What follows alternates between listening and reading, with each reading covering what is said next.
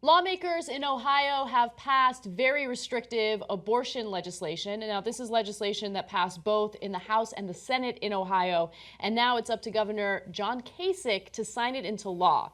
Now, before I give you the details, understand that if Kasich does not veto it, let's say he doesn't sign it, but he doesn't veto it, he just leaves it alone, it will become law in Ohio. Now, the Ohio House and Senate did pass a bill that would essentially outlaw abortion by criminalizing it when a fetal heartbeat can be detected. Now, understand that a fetal heartbeat actually starts pretty early on in the process. The heartbeat can be as early as 6 weeks into gestation, before most women even know they're pregnant. The bill will lead to a complete ban on abortion with no exceptions other than to save the mother's life. Similar legislation passed in states like Arkansas and North Dakota, but they were deemed unconstitutional by the United States Supreme Court in January. So should this go to the Supreme Court, which many people think it won't even get to that point, it would likely be found unconstitutional. But the lawmakers are trying their luck, considering the fact that in Donald Trump's administration, it's likely that he will nominate a very conservative Supreme Court justice who will vote in favor of this type of legislation. So it has begun. We told you that Donald Trump and his Republican Party were going to try to do extreme things. This is absolutely extreme. It is clear law set in 1973 that it is unconstitutional to try to limit the right to an abortion until viability, which is 22 to 24 weeks.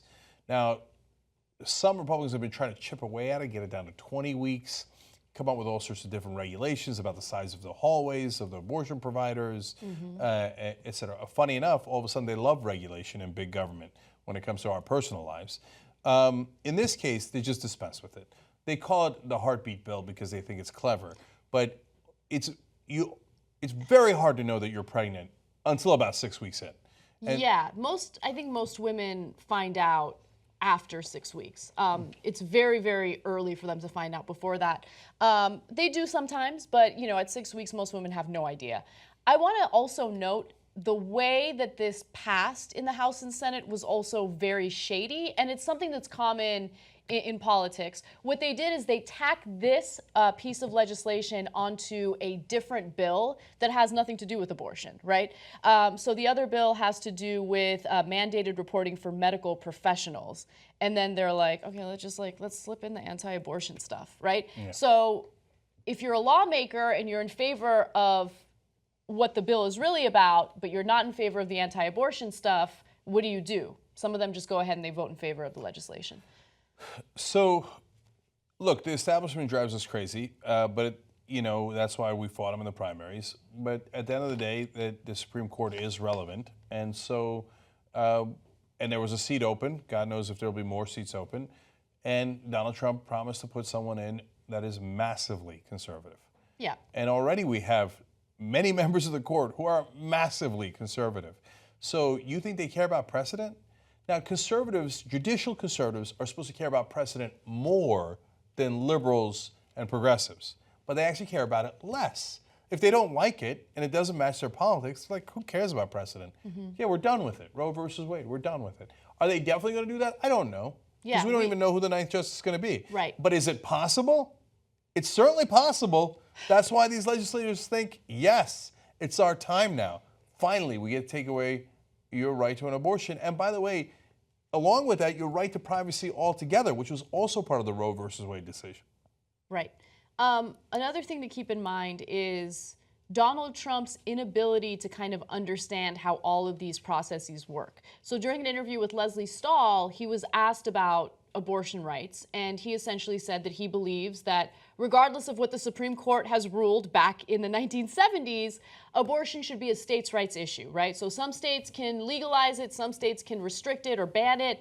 It's up to the states. Then he was asked about gay marriage and what he plans on doing about that. And he's like, well, the Supreme Court has already decided that same-sex marriage is constitutional, so I'm just going to leave that alone. In other words, I have rich gay donors, and so I don't care about that issue.